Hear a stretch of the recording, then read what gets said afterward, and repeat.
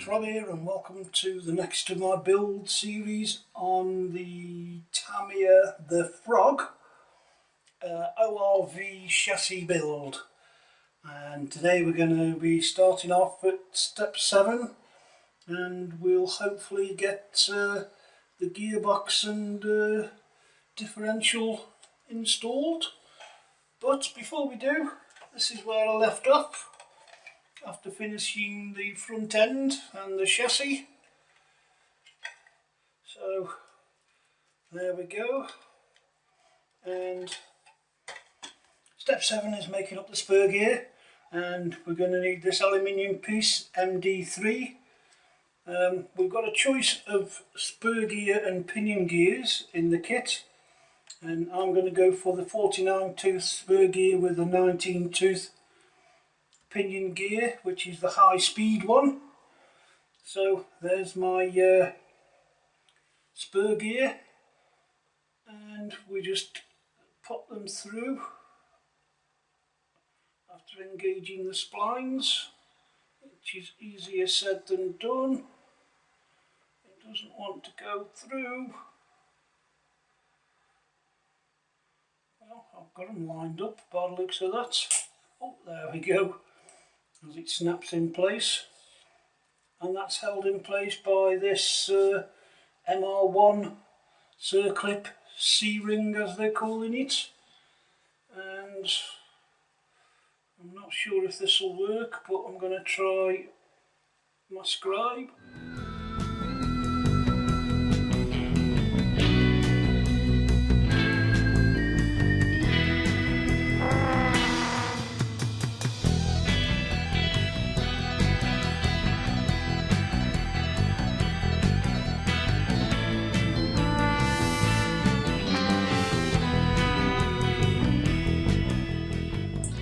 Make sure it clicks into the milled out slot to hold it in place, and we can move on to step 8. Step 8 is part 1 of the gearbox, and this is going to be installing the differential spur gear with the 3 planetary gears and one of the bevel gears,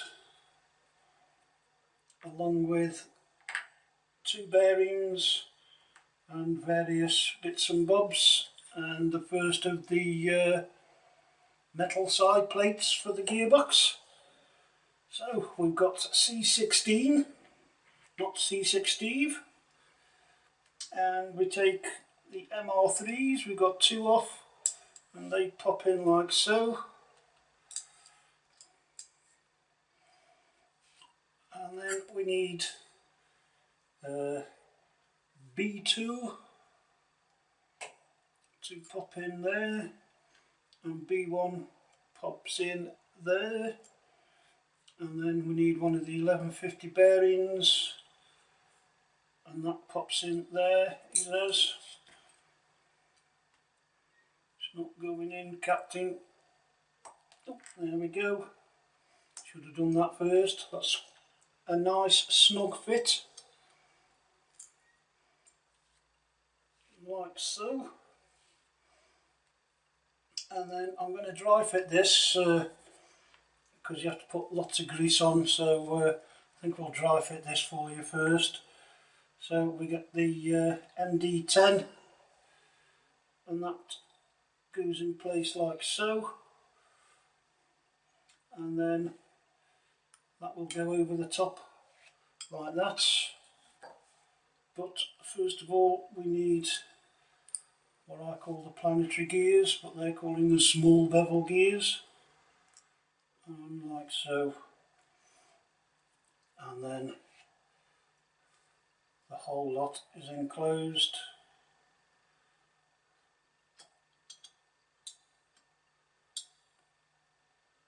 Like that it is. Oh. But you have to pick it up to get it all closed up, like so. and then you've just got 2 screws, one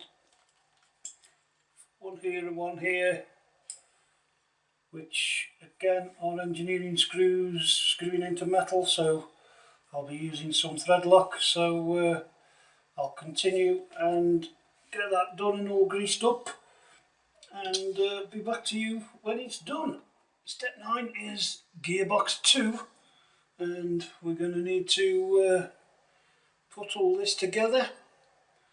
I've got a MR8, which is a shaft, which is for the spur gear. Oops.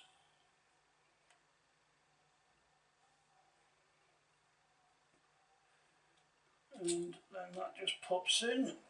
I've already installed part MD9, which is the second larger bevel gear. We then also need this part here, which is the second B2, which basically does just rest on there. I've also installed the 5 MR12 spacers, 1, 2, 3, 4, 5, and then it's just a hopefully case of, he says, forgetting his second B1. Is it B1 or BB1? No, B1, which is another sort of nylon bearing carrier, and then we can hopefully pop the other side plate on, like so.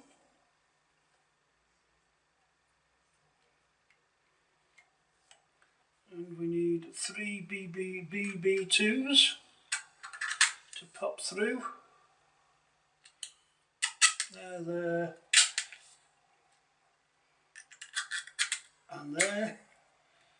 And then just to finish it off, we've got 2 BC1s which will screw in here, but again they're screwing into metal, so I'll put some thread lock on them before I do them up.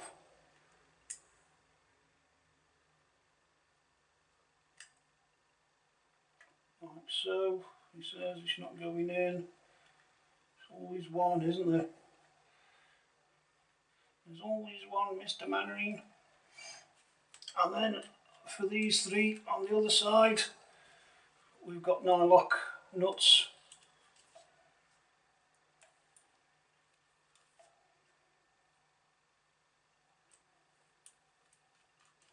So I'll get all them tightened up, and we can move on to step 10.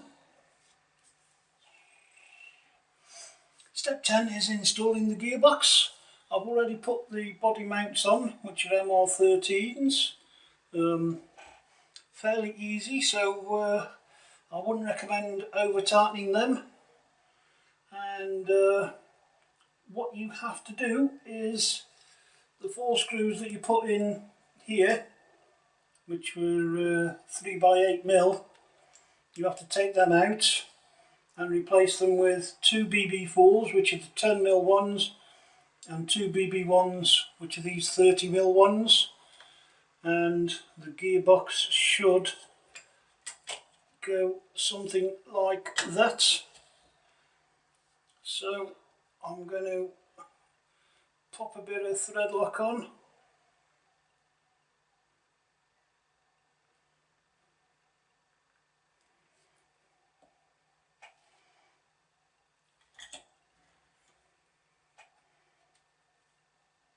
And then we're going to poke it through and try and get it started. Easier said than done.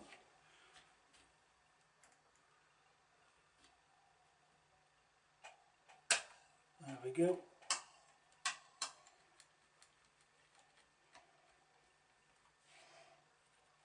And now for the even trickier one, if you ask me. Tiny little screws. Oops. Far too much.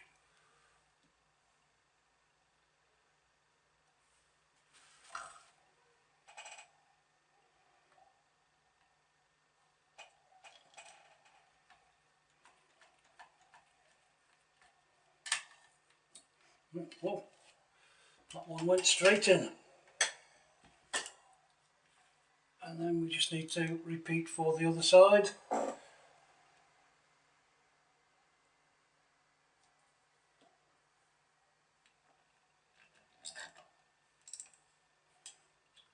And as I've mentioned on other builds, I don't use that much thread lock.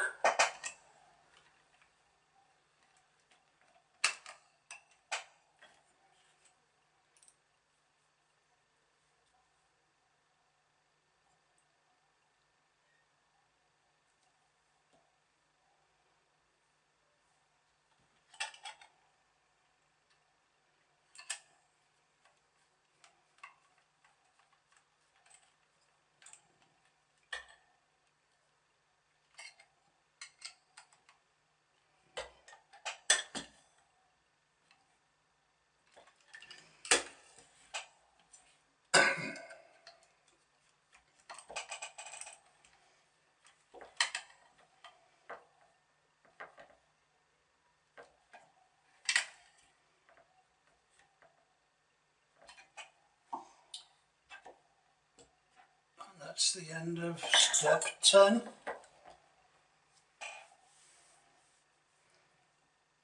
So I think I might leave it there and carry on the next time from step 11, where we start making up looks like the drive shafts. So I hope you enjoyed watching and look forward to seeing you on the next one. Cheers, bye!